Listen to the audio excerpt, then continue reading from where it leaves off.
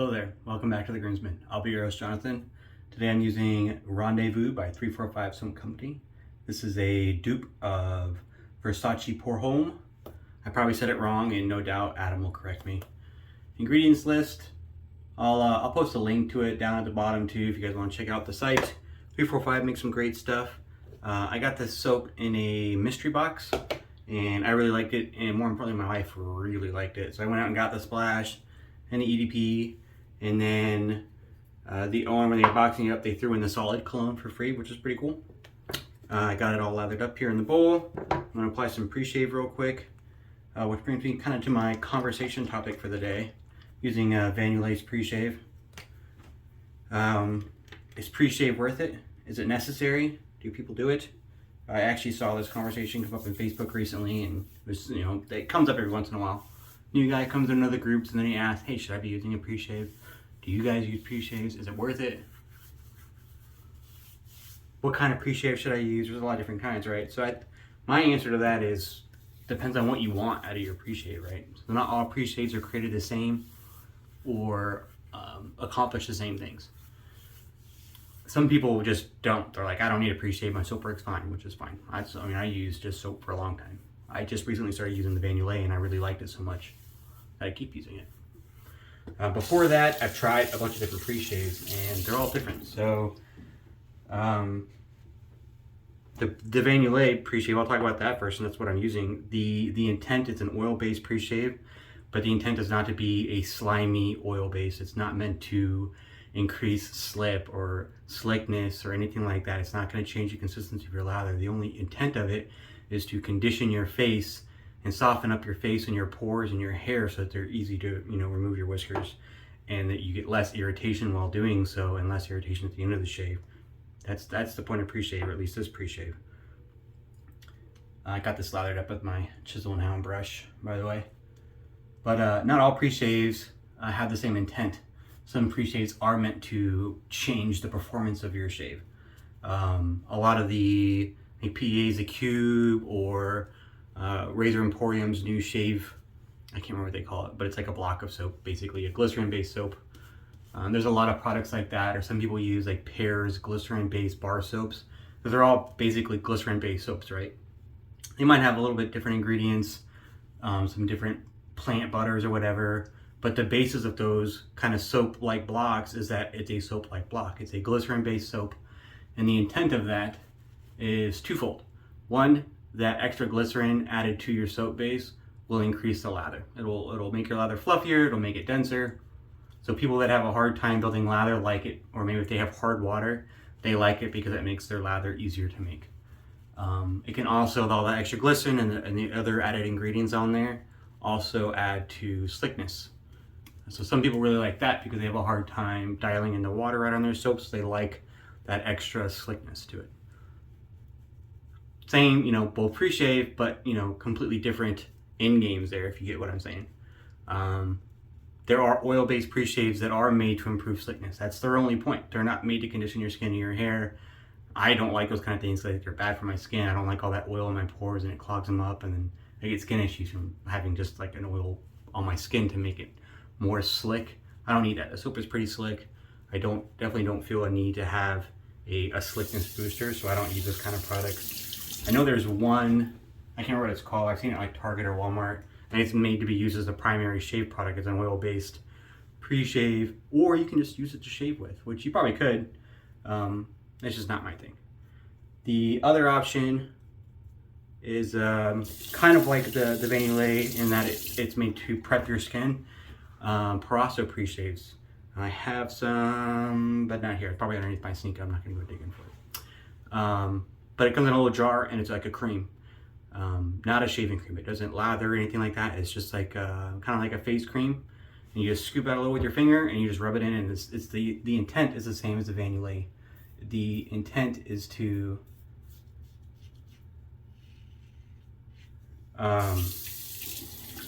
just condition your skin and your whiskers prior to shaving it. So soften up your skin, soften up your whiskers, get everything ready for that blade so that you have less irritation during and after the shave. I did like Parasso Pre-Shave. I used it for a while. Has like a light kick of menthol, just a little bit. You can't really smell it. You can kind of feel a little bit. It's got like a bit of a cooling sensation on your face, which I enjoyed. And then I think I traveled or something and I got out of using it as part of my routine. And then I started using the Yulay and I like that better. But both really good products. So when it comes to pre-shave, you got to ask yourself that question first before you decide if it's worth it. What do you want out of a pre-shave? A lot of people don't know or realize that there are, like, not only obviously a ton of different pre-shaves, right? A lot of companies make pre-shaves. A lot of shaving soap companies have their own brand of pre-shave. But they all, you know, they work in different ways. You got the lather booster, the slickness additive, the skin conditioning. So what is it that you want? I think the guys that use like Pears, which is just like a glycerin bar soap for, you know, using in the bath. It's the same as using the cube. I mean, it's got less ingredients, but at the end of the day, it's a glycerin based soap that you're rubbing on your face. Helps with lather building, helps with slickness. I've used the cube. I've used not Pears, but a different glycerin based soap. I found that the plain glycerin based soap dried out my face. I didn't have any issues drying out my face with the cube, but I also didn't really like it. I didn't think it made any difference. It's that I don't need any help building a lather. I like the lather that I get. I don't need extra added slickness, and in my experience, I didn't really get any extra added slickness using the cube. Not to say this is not a good product. I know a lot of people really like it, so I'm probably just like a statistical outlier. But again, the cube is also not what I'm looking for in a pre-shave. I'm not looking for that lather booster or that slickness additive. I'm looking for something that will condition my skin and my whiskers prior to shaving to help reduce overall irritation. That's my goal with the pre-shave. And there are some products that are really good at that. The Yulay is what I'm using right now primarily. The Preshave was really, really good. Very affordable too. I was using the white, I think, just because it's kind of a neutral scent. But I think I have currently, I think I ran out of the white and I've been using the blue, which is, I think, an aloe scent. The white is supposed to be like oats or something. But it's the aloe scent's pretty neutral too. But the red is scented sandalwood, like the Preshave red.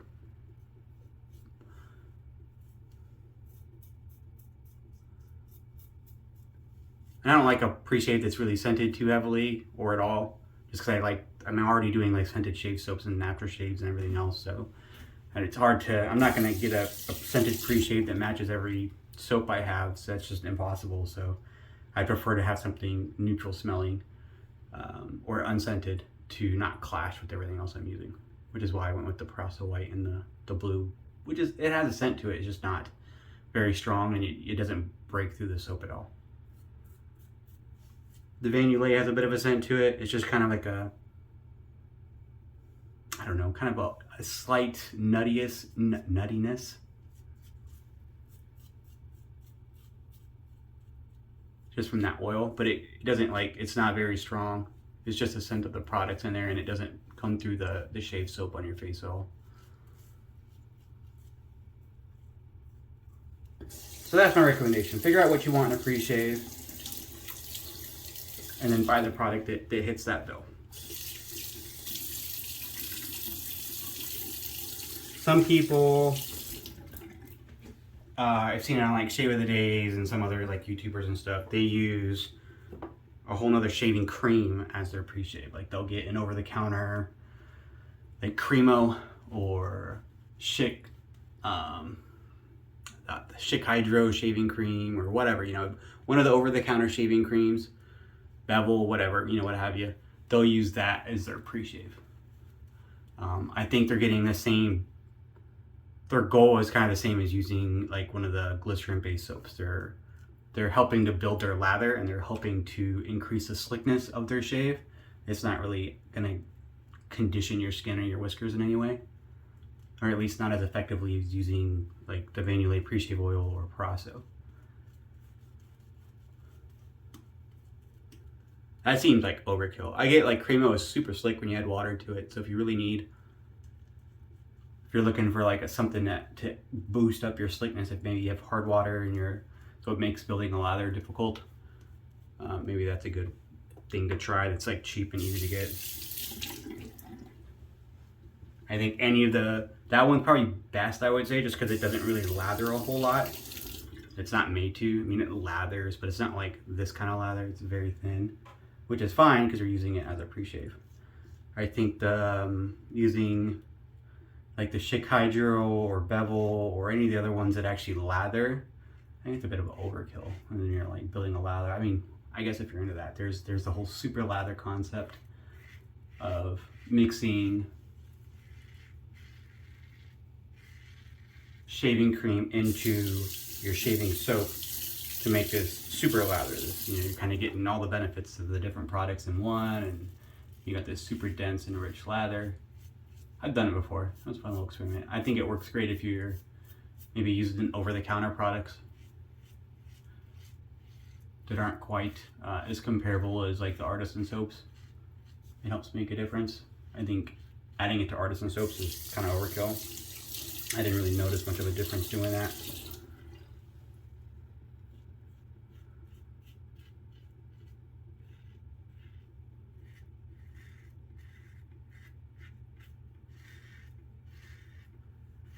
I don't think I said what I'm shaving with today. Probably in the title, so you probably guessed it right. Using a Wolfman 1.15. I had to think about that. I traded for this. I think my carbon, which I'd gotten kind of over.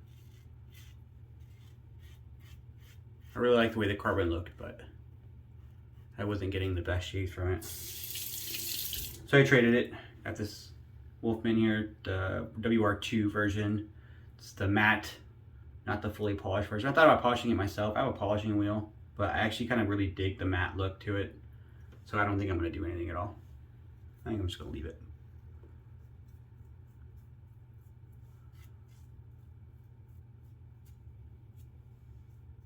Now, there's no information on the Wolfman site about like blade gaps or anything with me, not that I could find, but I read a Reddit post about it. And a gentleman had, I don't know, like a micrometer or something, a measuring tool for that.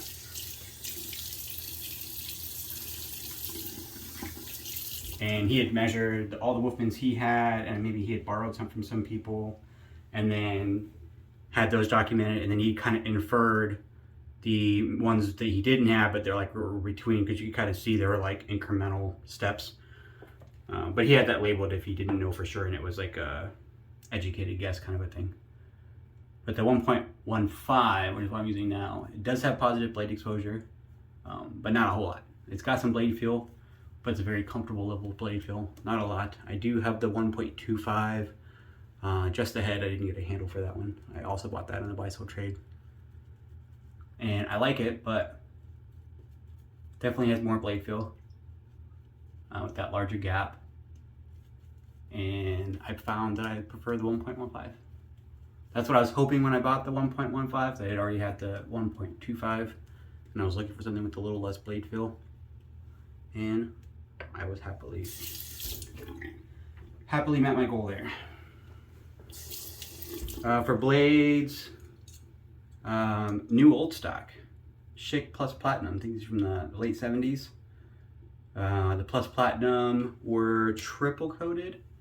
They had platinum and I think tungsten and probably PTFE, which is Teflon.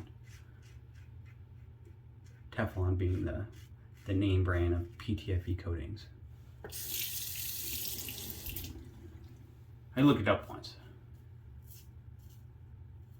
Not that there was anywhere to really find it. I had to find an old ad for it, and then it talked about it in the ad, the coating on there, why it was called Plus Platinum.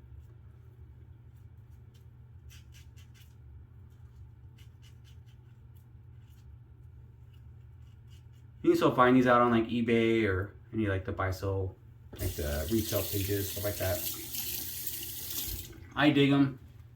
I wouldn't use ones that are not sealed. They came and either a 2, I think I had one that came in like 4 of these, wrapped in plastic, like a blister pack. But I had one that was wrapped in just like plastic. It would like hang off a little wire shelf in the store. If they're still sealed, you can be relatively sure or tell that there's been no moisture that introduced into it. If they're just loose, you don't know for sure that they're not all rusted on there or in there. It's one of those things, if you're buying new old stock blades, you're kind of rolling the dice. Always check them before you use them, make sure there's no rust on the edge of the blade. If you do, use it with rust on the blade. Make sure your tetanus shot is up to date. It'd be a shame to get tetanus and lockjaw from shaving.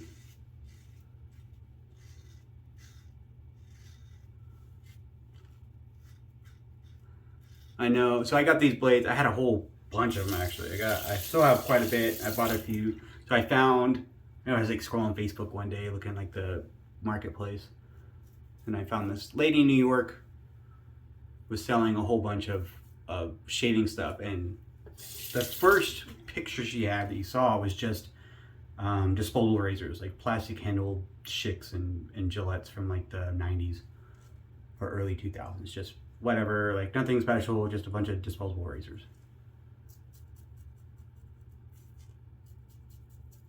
And the only reason I clicked on it was because at the very corner that you could kind of barely see, I thought I saw a DE razor.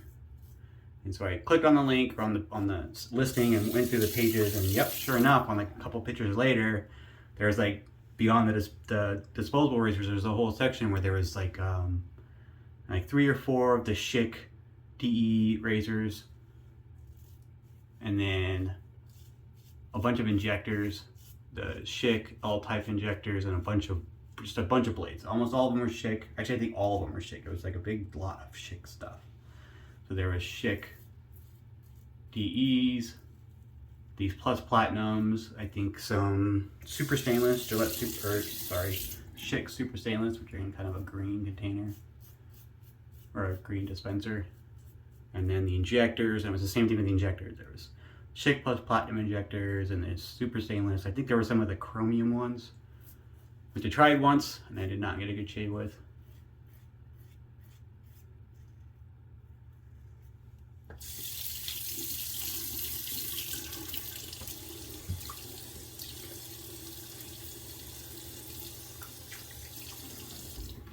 At the time, I actually was really into injectors, which was my main reason for getting it, because injectors are a little bit more expensive.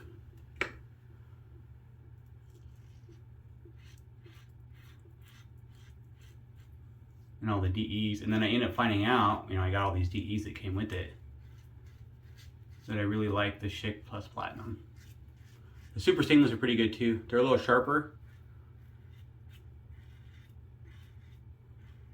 I feel like they're really nice to use, but I feel like my incidence of like razor burn is a little bit higher with the super stainless, which are also coated, just I think a different coating. I've never tried the Persona tungsten ones. Those ones I really want to use. I heard they're fantastic, but they're also like ridiculously priced.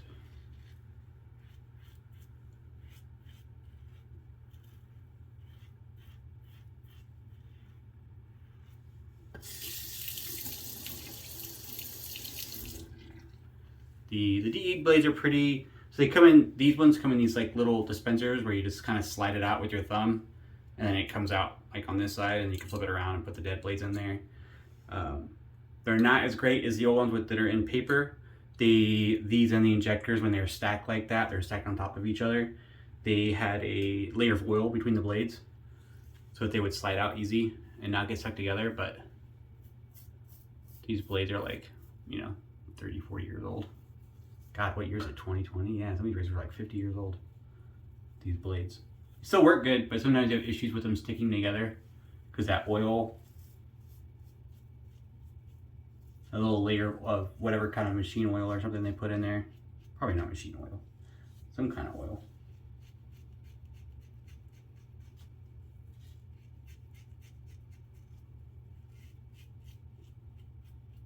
I did have to pop one of these little DE dispensers apart just to get to the blades and then kind of unstick them all and then reload them back in.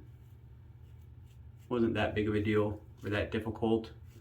The injectors are more of a pain because you can't really, or at least I haven't ever tried to break apart an injector, because it'd be impossible to get it all back together. But the same thing with the injectors, and those are the same with modern injectors too. The blades are have a layer of oil coating them, and that oil evaporates or dries out, so it makes those injector blades kind of stick together.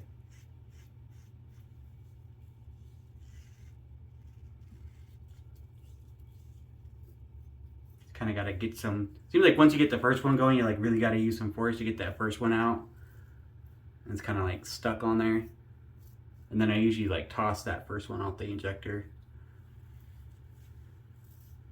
And then the rest of them seem to flow a lot easier out. At least that's been my experience. That was a pretty good shave. I did have to do a few more touch-ups than I normally like, but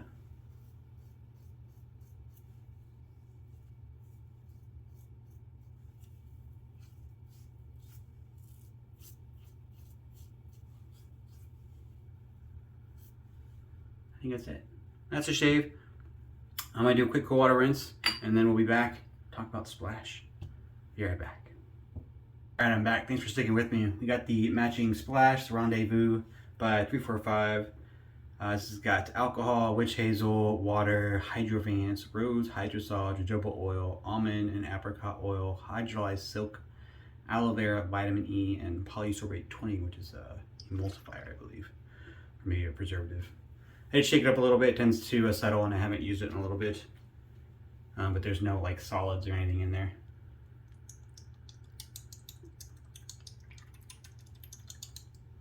Got a nice little flow inhibitor in there, which I dig so it doesn't like pour out.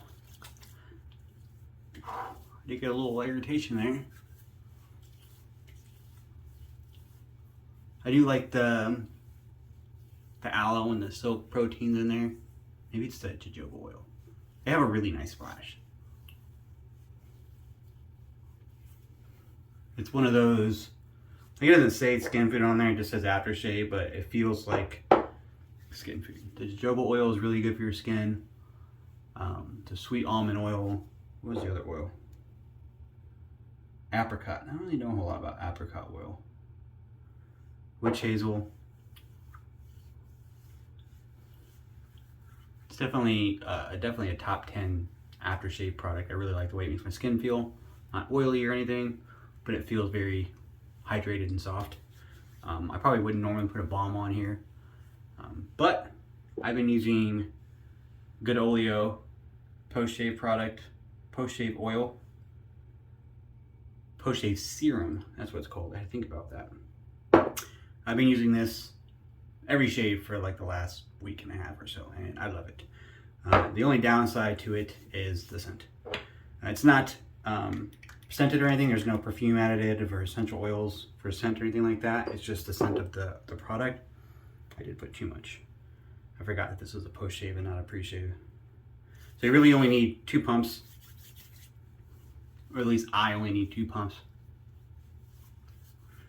So this is the post-shave oil-based serum. It's got jojoba oil. I'll put a link to it in the bottom because I can't remember all the ingredients. I don't want to take up your time listing them all out when you can look at the link. It's got a bunch of oils. It's made to be, I believe, homeogenic is the word. It absorbs into your skin, kind of like the Yulay Pre-Shave oil. It's not meant to be slick, although it is, although when you're putting it on. But it's made to be absorbed quickly and effectively in your skin, and it just heals everything, and it really moisturizes my skin. It definitely, I get the best post-shave feel. It's just the best. Like, I don't get any dry skin. It's fantastic. It does tend to mask. So like I just put on that aftershave. It smells great, by the way. The aftershave smells fantastic. The Versace Pour Home dupe. But the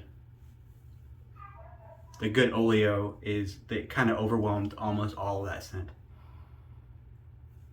They're both kind of there right now. They kind of blended together actually into a really nice scent. So the good Oleo scent by itself has a bit of a woody, maybe slightly musky, just a little bit. It's not like musky. It smells good. It's kind of a smoky is the word I'm looking for. Like a little bit of a smoky kind of cedar. I'm not sure what ingredient it is that does that. Maybe the cade. It has